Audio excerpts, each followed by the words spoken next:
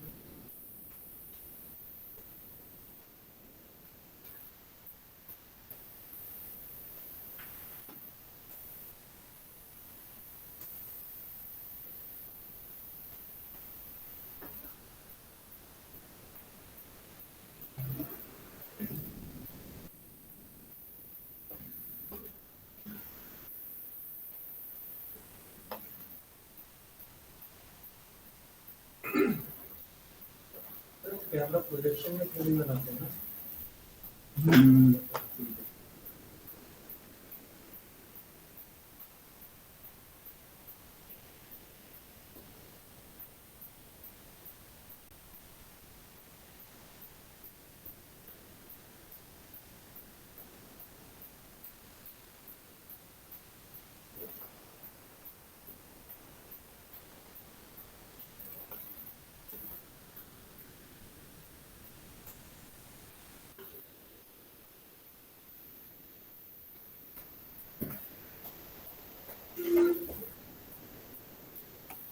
खुल गई।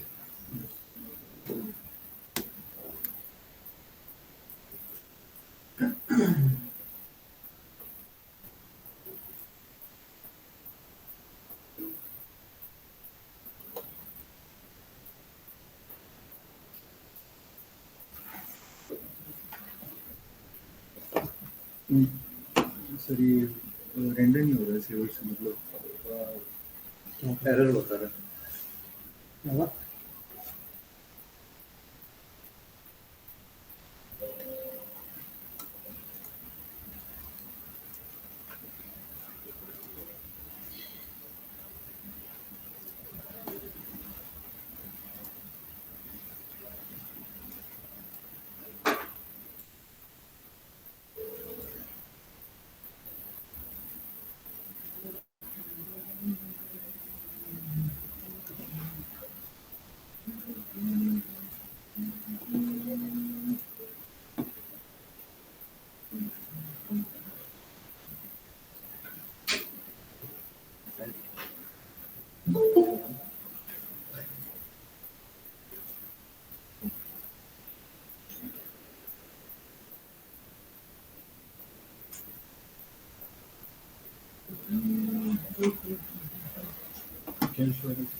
कोड है नहीं तेरे पास H264 का?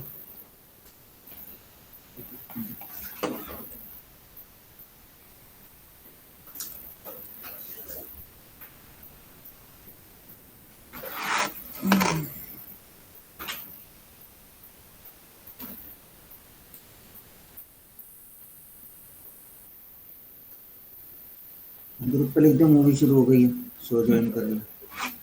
काम तो करते नहीं तो मूवीज ही है ना मिलन? मूवी देखने आते हैं, है ना? चले 1 घंटा चल लेके मूवी देखाएंगे। गोल्ड जीत लेगा कर दो तो एफपीएस में, हैं? सबसे ज्यादा काम तो तू ही कर रहा है, मैंने सुना।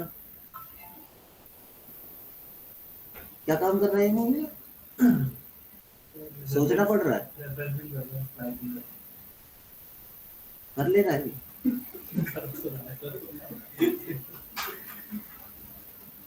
तो बेस्ट राइटिंग मिलेगा इस बार, है? साउथ एक्सको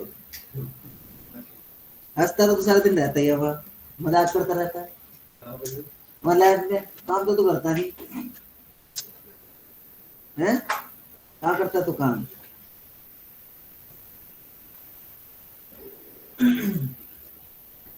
ऊपर से एक और करनी थी, वो भी पूरी कर ली। पार्टनर आके तारे ढूंढ लेंगे, पार्टनर भी ढूंढ ले इतने में यहाँ,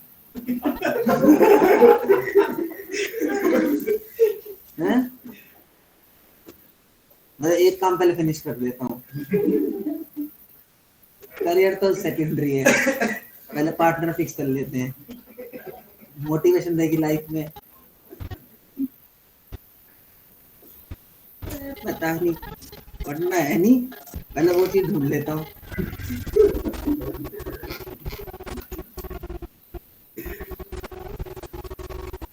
ऐसा क्यों हो रहा है, मतलब समझ नहीं आ रहा, समझना चाह रहा हूँ।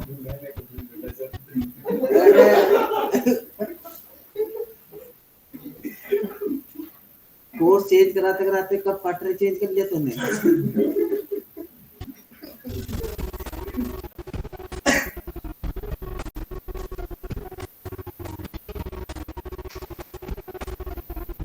अच्छी बात है, ढूंढ ले तो उसे रोटी कैसे खिलाएगा आगे, पढ़ ले कुछ, वो कहाँ से आएंगी?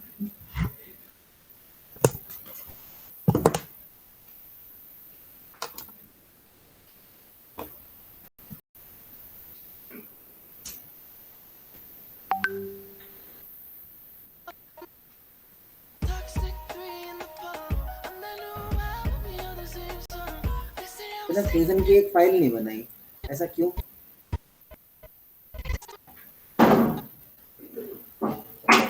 ये तो बता दे।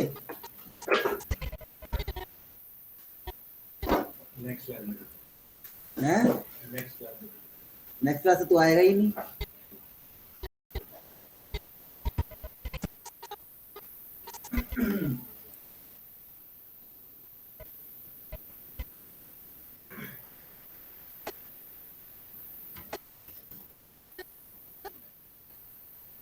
मान लिया कि ईश्वर से ज्यादा प्यार है, उनका काम कर रहा है, तुम्हारा भी कर लिया था थोड़ा बहुत काम, थोड़ा तरस था, हम भी देख पाए मिलन कुछ काम कर रहा है। उनका सीना 56 इंच का तो कम से कम हमारा 36 का तो करा। कैसे करेगा, कैसे चलेगा ऐसे काम? मैं पूरी जिंदगी तरस तरह जाऊंगा, मिलन ने फाइल नहीं दिखाई।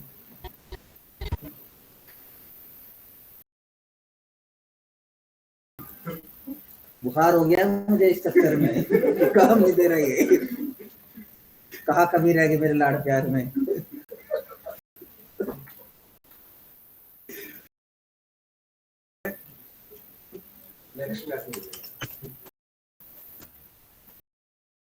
जाकर मेरा तो नहीं लेके आया, नेक्स्ट क्लास की कल ही है। तो वो वादा कर जो दिखा पाए।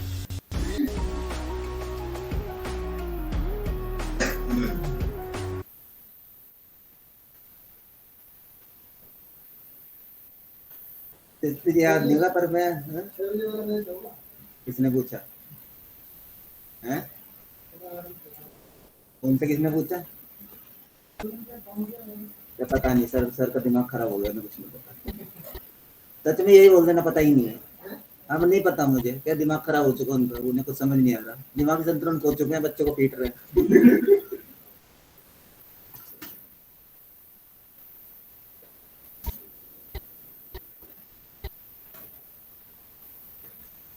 Anyways,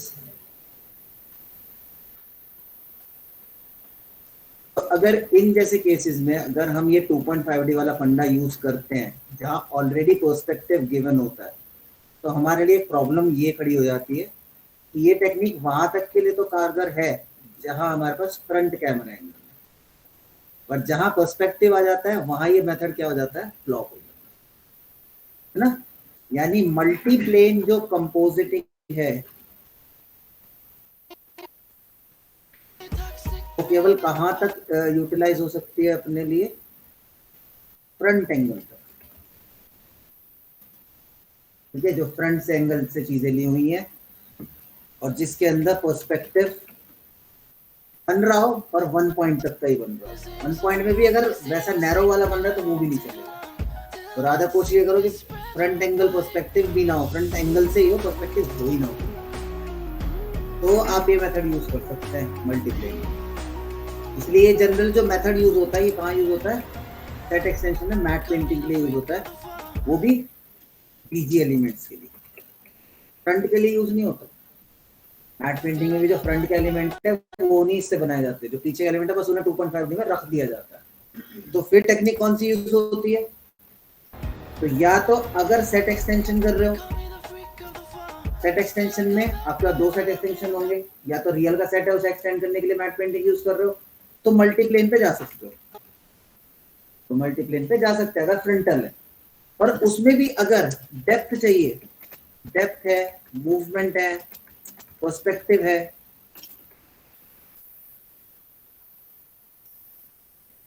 तो उस केस में मल्टीप्लेन कंपोजिटिंग वाला कंसेप्ट या मल्टीप्लेन सेट एक्सटेंशन काम नहीं करेंगे, है ना, ये उस मेथड में काम नहीं करने वाला। तो फिर उस केस में क्या रहेगा अपना और क्या चीज होगी उसके अंदर, फिर वहां पे जो कंसेप्ट जाएगा वो कंसेप्ट फिर जाएगा आपका 3D सेट एक्सटेंशन में।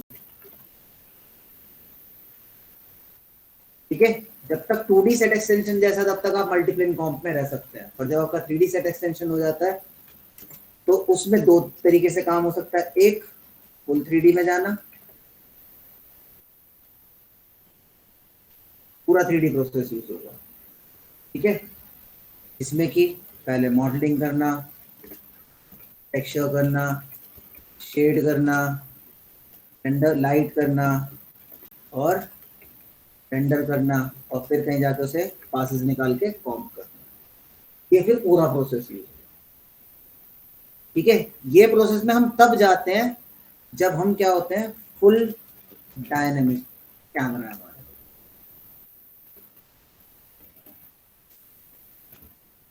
कैमरा किधर भी हमारा मूव हो सकता है, कुछ भी जा सकता है, पर अगर हमारे कैमरा लिमिटेड मोशन के साथ है,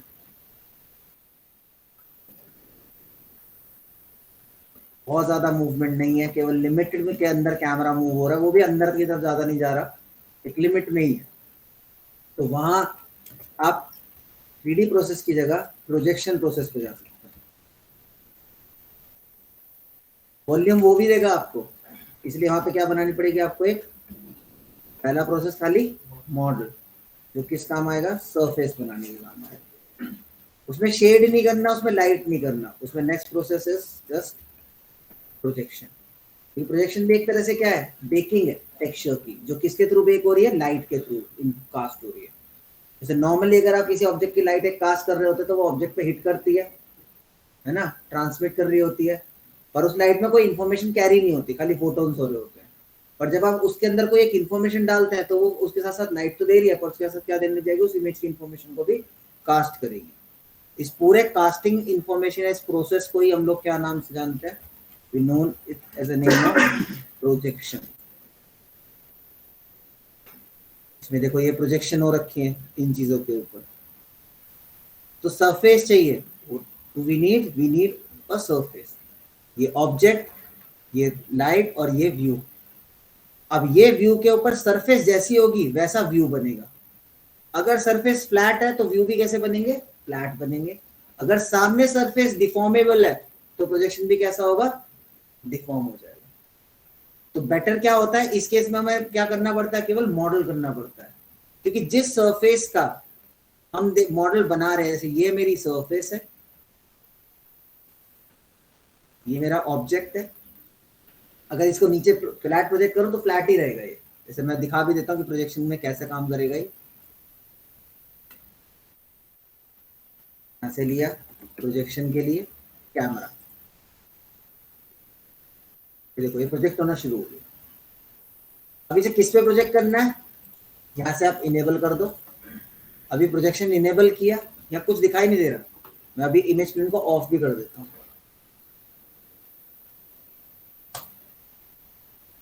ये बस कैमरा भी क्या ले रहा है, इंफॉर्मेशन, पर उस इंफॉर्मेशन को भी किसी और के ऊपर कास्ट कर नहीं रहा। पर जैसे ही आप यहाँ सरफेस ले लेते हैं, मान लो आपने यहाँ पे एक शेप ले लिया, इसको मैं थोड़ा बड़ा कर देता ताकि आप लोग देख पाए। अभी भी क्या आपको कुछ नजर आ रहा है उसके ऊपर?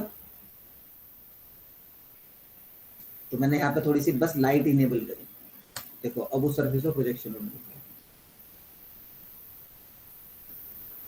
ये सरफेस जैसी होगी प्रोजेक्शन वैसा हो जाएगा। देखो कोन होगा तो कोन जैसा हो जाएगा सरफेस, ठीक है। दिखाई दे रहा है? इसका मतलब सामने जो भी सरफेस होती है प्रोजेक्शन उसी पे अकॉर्डिंग क्या करता है, रैप कर देता है अपने आप को, राइट। जो आपका यूवी अनरैपिंग का प्रोसेस, उसमें आप मैश को खोलते हैं, लेआउट बनाते हैं, फिर लेआउट को वापस क्या करते हो, रैपिंग करते हो। इस केस में क्या कोई लेआउट नहीं ओपन हो रहा, जो इमेज आ रही है वही इंफॉर्मेशन क्या हो रही है इस सरफेस के अकॉर्डिंग, से उतना पोर्शन दिखाई देगा या नहीं दिखाई देगा। अब इस एंगल पे आपको एक खिंचा हुआ दिखाई दे रहा है, क्योंकि इस एंगल की इंफॉर्मेशन आपके पास है ही नहीं। आपका जिस एंगल, इस एंगल की नहीं है तो यहां नहीं दिखाई दे रहा। तो प्रोजेक्शन के लिए सरफेस बिल्कुल एक्यूरेट चाहिए होती है, इसलिए यहाँ पे आपको इस जैसी सरफेस ही बनानी पड़ेगी। अगर इस पे क्या हो जाएगा, प्रोजेक्ट हो जाएगा और आपको सीमलेसली एक 3D इल्यूजन मिलेगा, वो भी किस तक, एक लिमिटेड एंगल तक। उसके बियॉन्ड ये नहीं दिखाई दे सकता, क्योंकि प्रोजेक्शन की केवल वही चीज है, जहां तक सरफेस है, जहां तक एंगल है, वही चीज दिखाई देगी, उसके अलावा कोई चीज दिखाई नहीं देगी। तो जहां आपको फुल डायनेमिक कंट्रोल चाहिए होते हैं वहां 3D में जाना ही जाना पड़ेगा, ठीक है। जहां आपके पास लिमिटेड चीज है, लिमिटेड आपके कैमरा एंगल है, वहां आप प्रोजेक्शन टेक्निक को यूज कर सकते हैं, ठीक। जैसे हम लोग मूवी बनाते हैं वीएफएक्स चैलेंज और उसमें वो अलाउ नहीं करते प्रोजेक्शन, ठीक है। वहां वो कहते हैं कि आप पूरे 3D में ही जाओ, क्योंकि प्रोजेक्शन खत्म था। तो ना तो उसमें रेंडरिंग हुई, ना कॉम्प हुआ, ना कुछ हुआ, तो आपकी कोई स्किल सेट बाहर निकल के नहीं है, ठीक है। इसलिए वो लोग क्या करते हैं, 3D बनाओ भाई इस चीज को।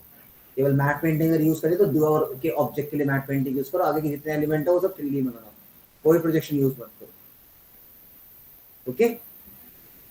बट इस प्रोसेस के लिए we can go for projection, क्योंकि यहाँ एक लिमिटेड स्पेस और लिमिटेड मूवमेंट है, और ये खाली एक नहीं, अलग मल्टीपल मूवीज में आपको ये टेक्निक दिखाई देगी।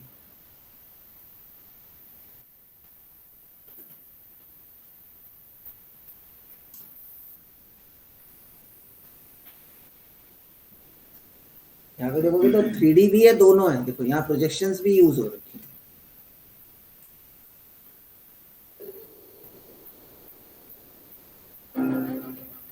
These are full 3D because ये डायनेमिक है, पर इसके पीछे का जितना सरफेस देखोगे ना वो सब वो है प्रोजेक्शन है। ये पूरे प्रोजेक्शन से निकाले हुए,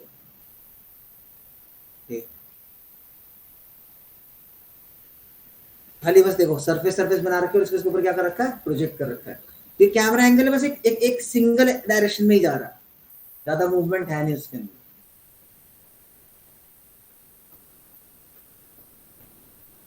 इसलिए ये काम प्रोजेक्शन से पॉसिबल है, पर ट्रक और ये सब पॉसिबल नहीं है, क्योंकि ये तो घूम रहे हैं, कुछ भी हो रहा है, तो ये प्रोजेक्शन से निकालना बेवकूफी है।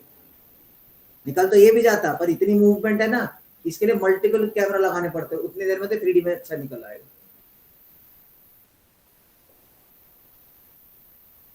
जैसे अब ये बिल्डिंग ब्रेक भी हो रही है, सब हो रही है, तो ये प्रोजेक्शन से निकालने कोई मोटिव ही नहीं मिलता, ये फुल 3D में ही जाना पड़ेगा इसके लिए।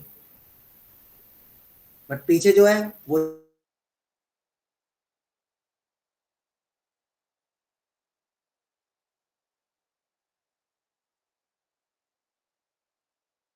देखो 2.5D भी रखे हैं, मैट पेंट्स भी रखी हुई है, और कुछ जगह प्रोजेक्शन तो देखो बेस बेस खड़ा किया और उसके ऊपर वो इमेज क्या कर दी, या जो मैट पेंट उन्होंने बनाई वो क्या कर दिया, प्रोजेक्ट कर दिया। कोई डबल भी दिखाई दे रहा है। ये सरफेस इन्होंने मल्टी प्रोजेक्शन यूज नहीं किया, सिंगल एक बार प्रोजेक्ट कर दिया, क्योंकि उन्हें पता है कि आगे मेन बिल्डिंग आएगी, ये दिखाई भी नहीं देंगे।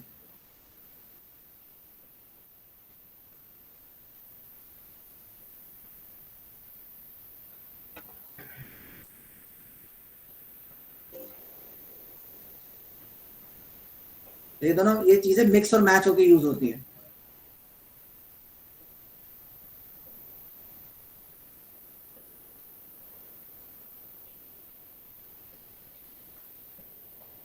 यहाँ इसमें सब यूज हुआ है, प्रोजेक्शन भी और 2.5D भी। ये देखो ये सब 2.5D से लगाए हुए हैं, इनमें कोई प्रोजेक्शन नहीं है, ये 3D आ गया। तो मिक्स मैच करके यूज करते हैं दोनों चीजों को।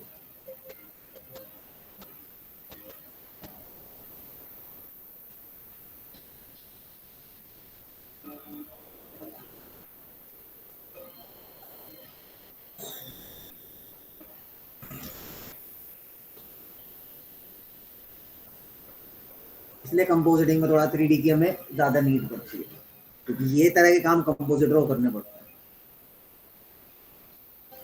तो इसके लिए कोई मॉडलर आपके पास नहीं होता, कंपोजिटर को बहुत बार करनी पड़ती है। ठीक है, तो यानी यहाँ हम जो टेक्निक यूज करेंगे वो प्रोजेक्शन की यूज करेंगे। इसमें हम केवल एक सरफेस बनाएंगे और सरफेस के ऊपर क्या करेंगे, प्रोजेक्शन करेंगे। प्रोजेक्शन करने के लिए आपको चाहिए कैमरा, ठीक, और बस लाइट, कैमरा, लाइट और सरफेस जिसके ऊपर प्रोजेक्शन होगा। इन मेन 3 चीजों से काम कर सकते हैं। और कैमरा में आपको क्या डालना है, एक इनपुट डालना है।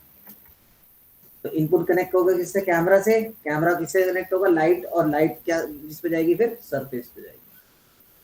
ठीक है, कंसेप्ट सिंपल है। जैसे इस इमेज को पर्टिकुलरली मेरे को प्रोजेक्ट करना है, तो मैंने ये इमेज इनपुट हो गया मेरा, तो इसको नाम दे दिया प्रोजेक्शन इमेज।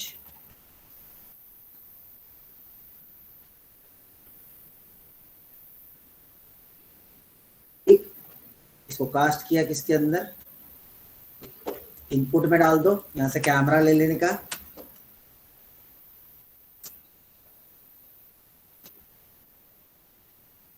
यहां से कैमरा 3D लिया, इसको यहां अटैच कर दिया। ठीक है, जैसे आप इसको व्यू कोड में ड्रैग करेंगे 3D तो दिखाई देगा। यहां से बस आपको एक चीज और इनेबल करनी है, राइट क्लिक करना, 3D ऑप्शन में जाके लाइटिंग इनेबल करनी पड़ेगी।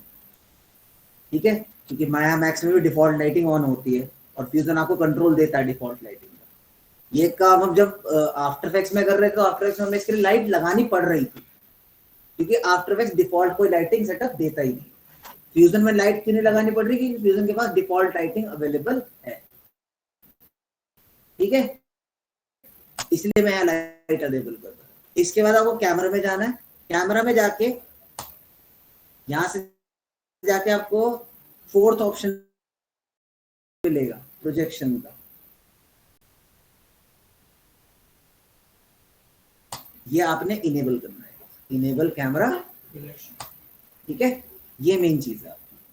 और एक व्यू को यहाँ पे ड्रैग करो, एक व्यू आप अपना 3D रखो और एक को चेंज कर दो कैमरा। ठीक है, जहां ये लिखा है ना पर्सपेक्टिव, यहीं से क्या कर दो, राइट क्लिक करके कैमरा व्यू कर दो। और इसका कैमरा का नाम भी आप चेंज कर सकते हो, this will become a projection view. ठीक है, ये बन जाएगा आपका प्रोजेक्शन व्यू। अब आप चाहो तो इस कैमरा को लॉक भी कर सकते हो, यहाँ पे भी लाइटिंग इनेबल कर दो। हर व्यू पोर्ट में लाइटिंग इनेबल रखनी है आपको, नहीं तो प्रोजेक्शन होता हुआ दिखाई देगा नहीं। ओके, अब फिलहाल के लिए इस कैमरा को मैं लॉक कर देता हूं, मुझे इसको हिलाने की भी जरूरत नहीं है। अब हमें क्या लेना है, एक मर्ज 3D और एक ले ली यहाँ पे शेप 3D।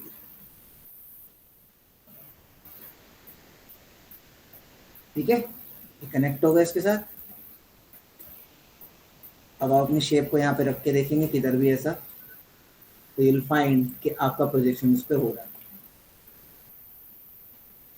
जिस एरिया में जितनी सरफेस चाहिए उतना आप उसको एडजस्ट करेंगे। जब हम उसको एडजस्ट करना स्टार्ट करेंगे, ठीक, आप चाहो तो क्या कर सकते हो कि प्रोजेक्शन सही हो रहा है, कितने एरिया का हो रहा है, ये चेक करने के लिए क्या करना, ये जो मर्ज 3D दिख रहा है इसको ड्रैग कर देना प्रोजेक्शन व्यू में।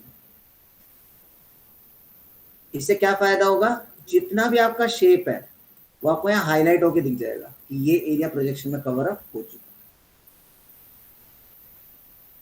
ठीक है, क्योंकि एक ही कार्ड पे सब कुछ प्रोजेक्ट नहीं करना, आपको इसे अभी क्या करना है, एडजस्ट भी करना है। जैसे क्या ये इसका एंगल सही है इस दीवार का, तो अभी इसका एंगल हमें क्या करना पड़ेगा, सेट करना। ठीक है, तो यहां चले जाओ 3D के अंदर, शेप 3D के अंदर, और यहां से इसके एंगल को एडजस्ट करो। क्या इस तरफ, नहीं, हम इसको करेंगे ऐसे, दिख रहा है, जब तक ये परफेक्टली आ ना जाए। ठीक, आ गया, हो गया लाइन सेट, ये दिख रहा है। अब आप थोड़े बहुत साइजेस को यहाँ से एडजस्ट कर लीजिए। कोशिश करना कि कोई और दूसरा पोर्शन इसमें ना आए। जैसे अभी तो आ रहा है, छत का पोर्शन इसमें आ रहा है, तो मुझे कोई प्रॉब्लम नहीं है, छत तो इसको क्या कर लेगी, कवर अप कर लेगी। पर आपको अगर अच्छा प्रोजेक्शन चाहिए तो कोशिश यही करो कि ना ही करना पड़े, जो पोर्शन है बस वही आए उसके अंदर। ठीक है, यहाँ से इसको एक्स को बड़ा कर लो,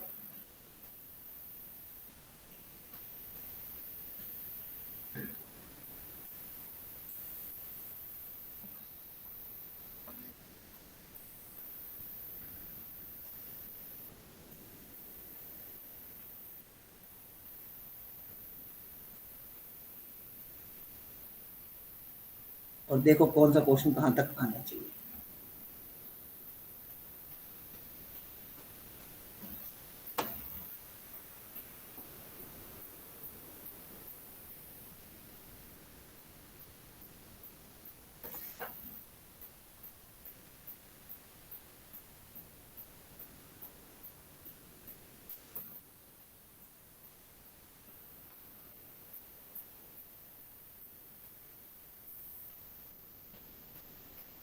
जो पोर्शन जिस तरफ का है वही वही, तो ये वाली वॉल अपनी यहाँ पे प्रोजेक्ट हो गई। आपको अगर ध्यान से देखोगे तो यहाँ पे ये फ्लैटनेस आ रही है,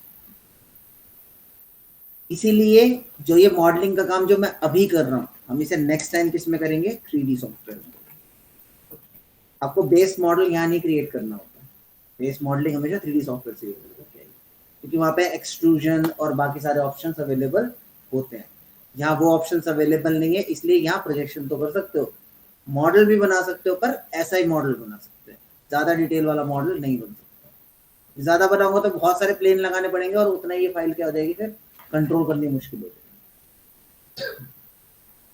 ठीक है, अब जैसे इसका नेक्स्ट, इसको तो नाम दो फ्रंट डोर, ठीक है, विल टेक अ कॉपी,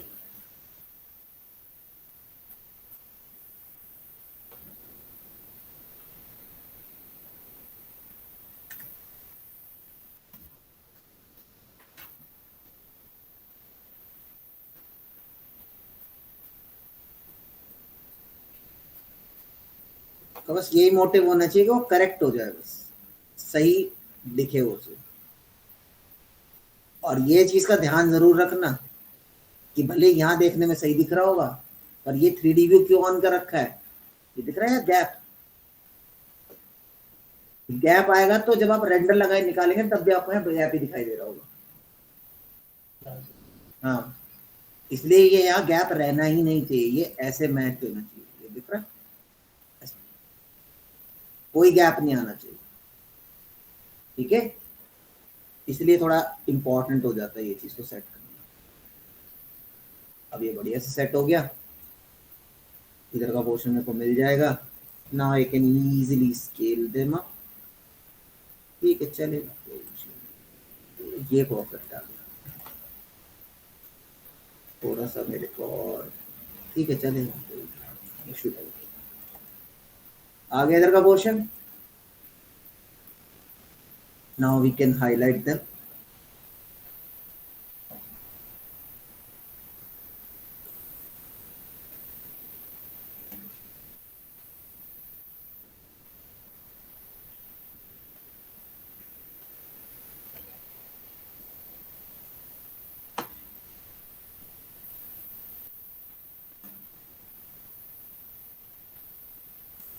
ठीक है, में कोई इश्यू।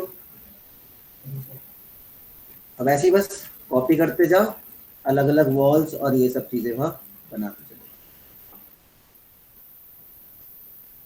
जो जो जहां जहां का पोर्शन अपने को नजर आ रहा है। मैं वही सरफेस बना रहा हूँ जैसे यहाँ दिखनी चाहिए।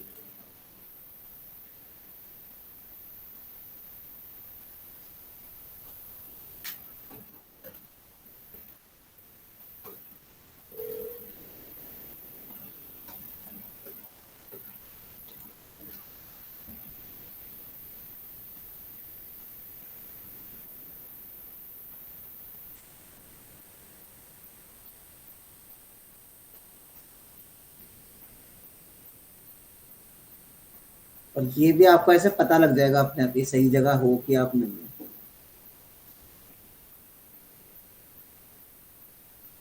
कि बहुत बार ये आपको एंगल भी यहाँ पे सही दिखना है।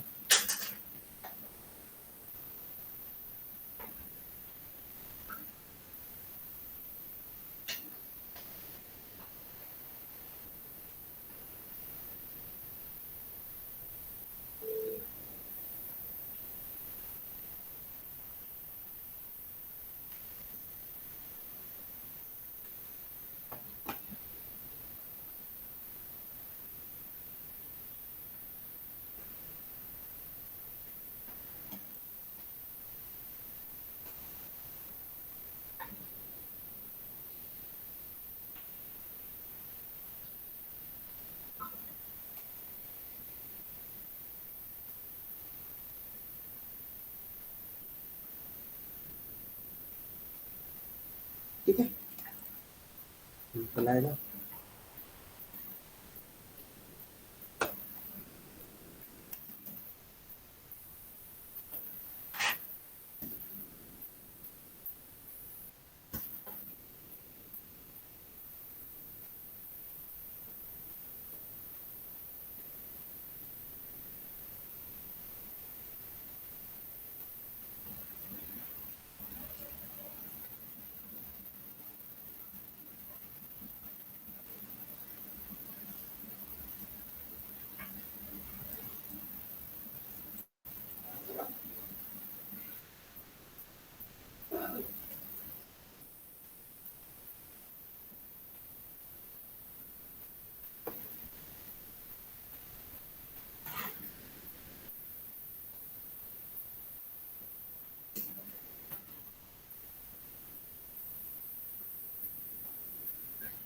तो अगर आपको थोड़ा और बेटर बनाना है तो इसको यहीं पे तक रखो।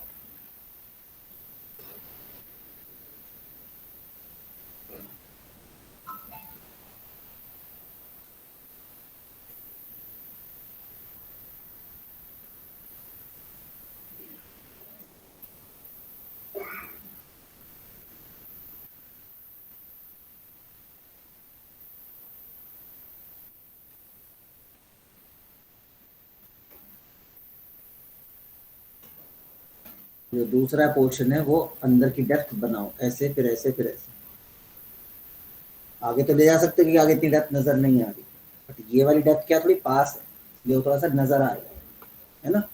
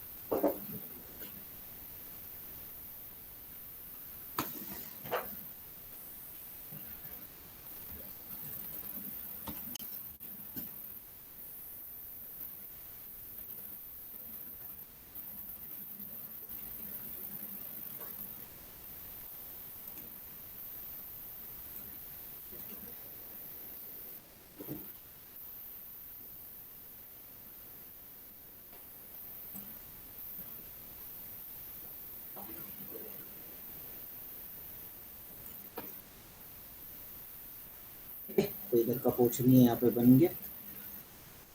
हाँ, इसी तरह से सारे पोर्शंस आपको बस क्रिएट करते जाना है।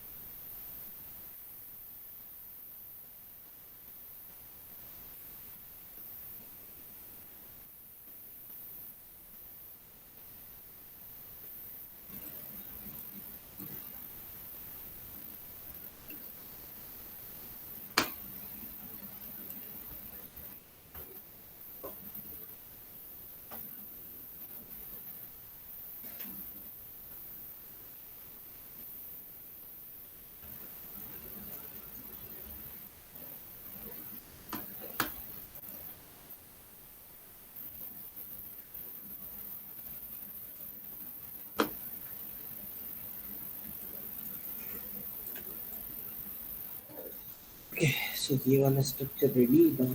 लास्ट थिंग,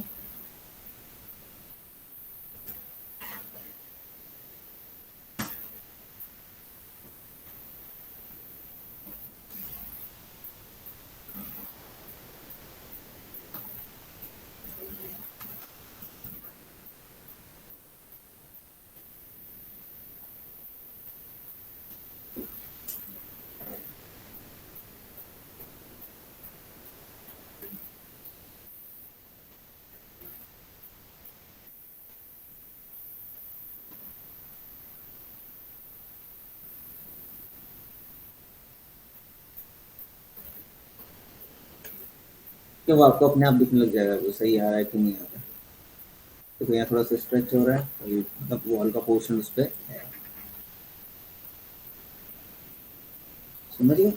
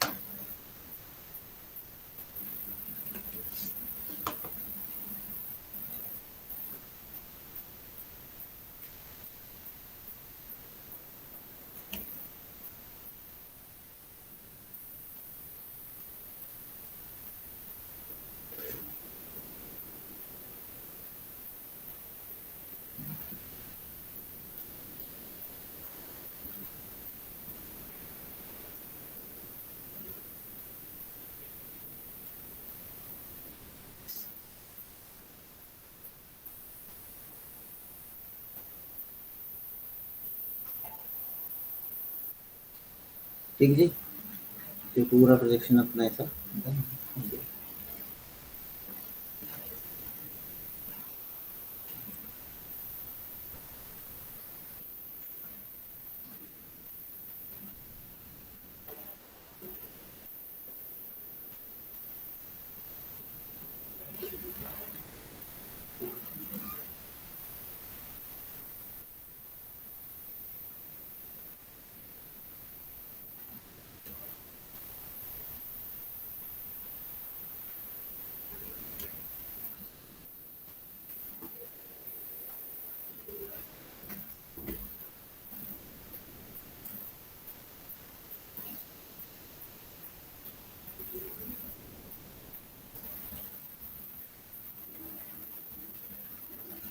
ठीक है।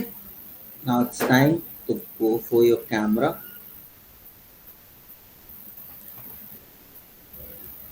इससे इमेज प्लेन ऑफ कर देंगे, नहीं तो यार डबल डबल दिखते रहता है। ठीक है, वो पहले भी ऑफ कर सकते थे बट लेकिन फिर पहले प्रोजेक्शन करने में थोड़ी प्रॉब्लम है।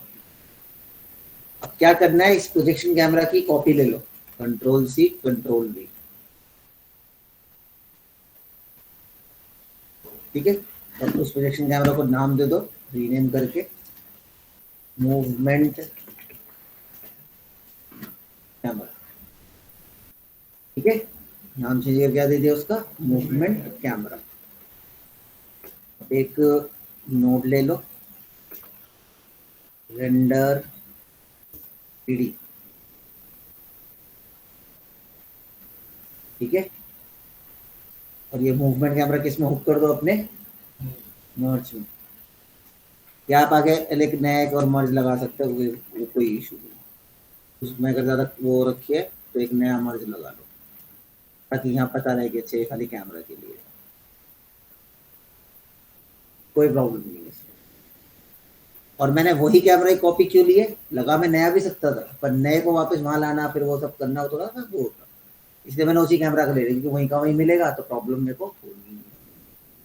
अब इस मूवमेंट कैमरा में अपनी की लगा लो जो तुम्हें लगानी है, और रेंडर 3D का वही साइज देना जो तुम्हारी फुटेज का साइज है, 1200/803। पहले तो प्रोजेक्ट सेटिंग कर लेना अपने साइज का, है ना। और यहाँ अब रेंडर 3D में तुम्हें एक चीज इनेबल करनी है, दैट्स लाइटिंग एंड शैडोज। ठीक, लाइटिंग नहीं करेंगे तो फिर आपको प्रोजेक्शन दिखेगा नहीं। अब अपने मूवमेंट कैमरा में जो जैसा तुम्हें सही लगता है वो मूवमेंट अपन डाल सकते। और हाँ, ये भी ध्यान रखना कि रेंडर 3D में कौन सा कैमरा डालना है, ये अपने आप नहीं लेगा। ये सीन में कितने कैमरा है, तो इसे पता नहीं है कौन सा कैमरा लेना है, तो यहाँ क्या डाल देंगे, तभी ये दिखेगा आपको। समझ गए।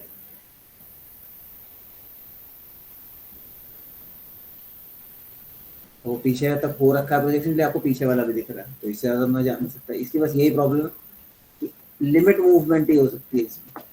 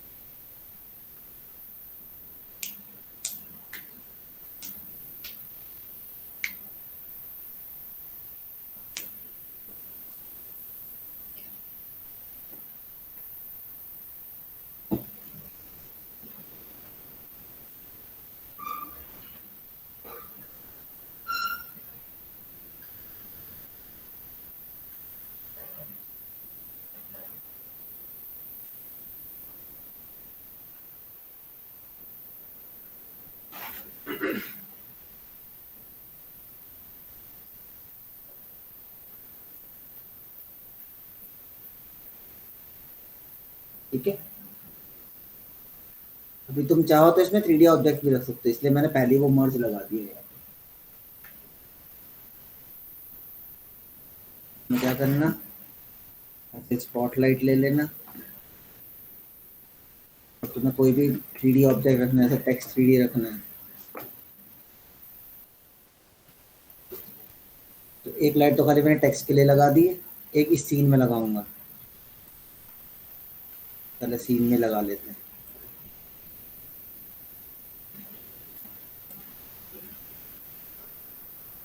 अब इसमें थोड़ा ना जोल करने पड़ेंगे, तो शैडो बनाने के लिए, तो थोड़ा, क्योंकि ये भी शैडो लेंगे, इसलिए इसके ना दो रेंडर निकालने पड़ेंगे अपने को। ठीक है, थोड़ा से ट्रिकी रहता है काम करने के लिए।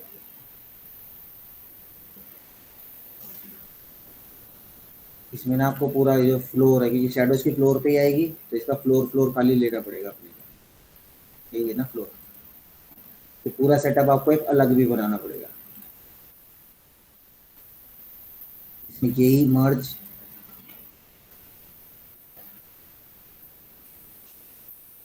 ये कैमरा,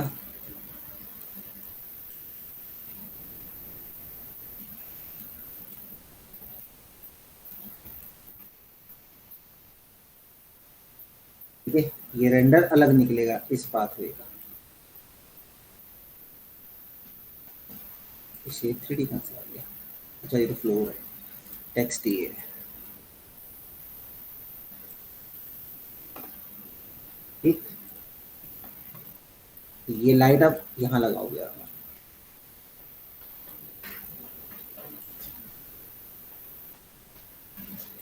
इस टेक्स्ट में आपको जो भी लिखना है वो आप लिख सकते हैं।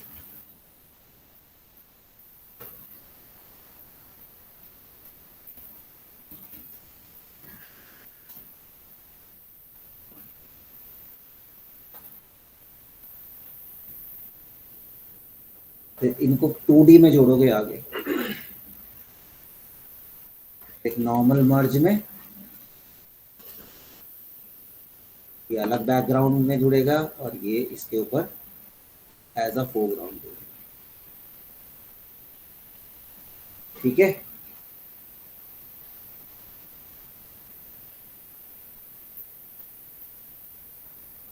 अपने टेक्स्ट को आप जहां रखना चाहो वो रख सकते हो।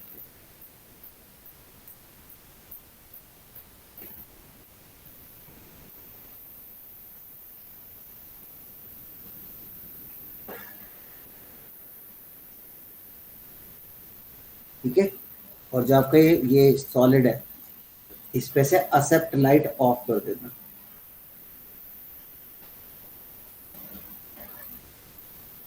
मटेरियल में जाके, तो खाली क्या लेगा आपकी, शैडो शैडो लेगा।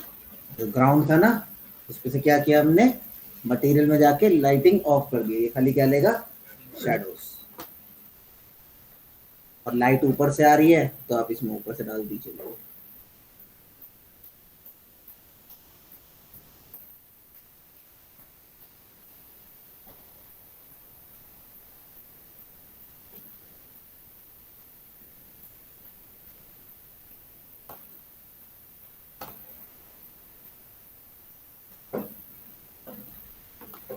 और ये 3D टेक्सचर में एक्सट्रूजन भी डाल सकते हो तुम, है ना।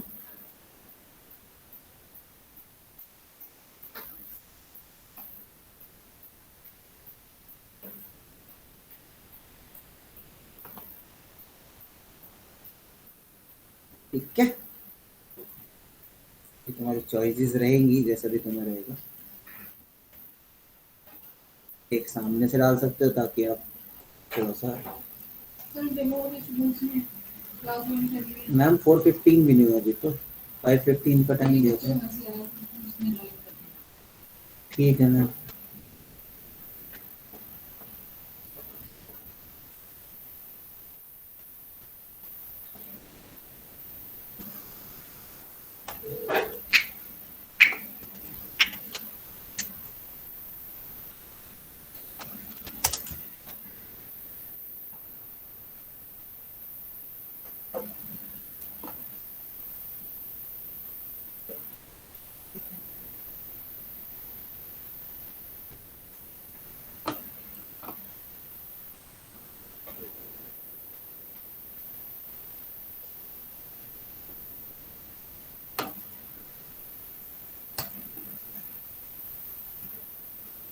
ठीक है, एक ही लाइट से शेडो रहेगी, दूसरे से शेडो नहीं चाहिए, दूसरा केवल फिल लाइट की तरह काम कर रहा है।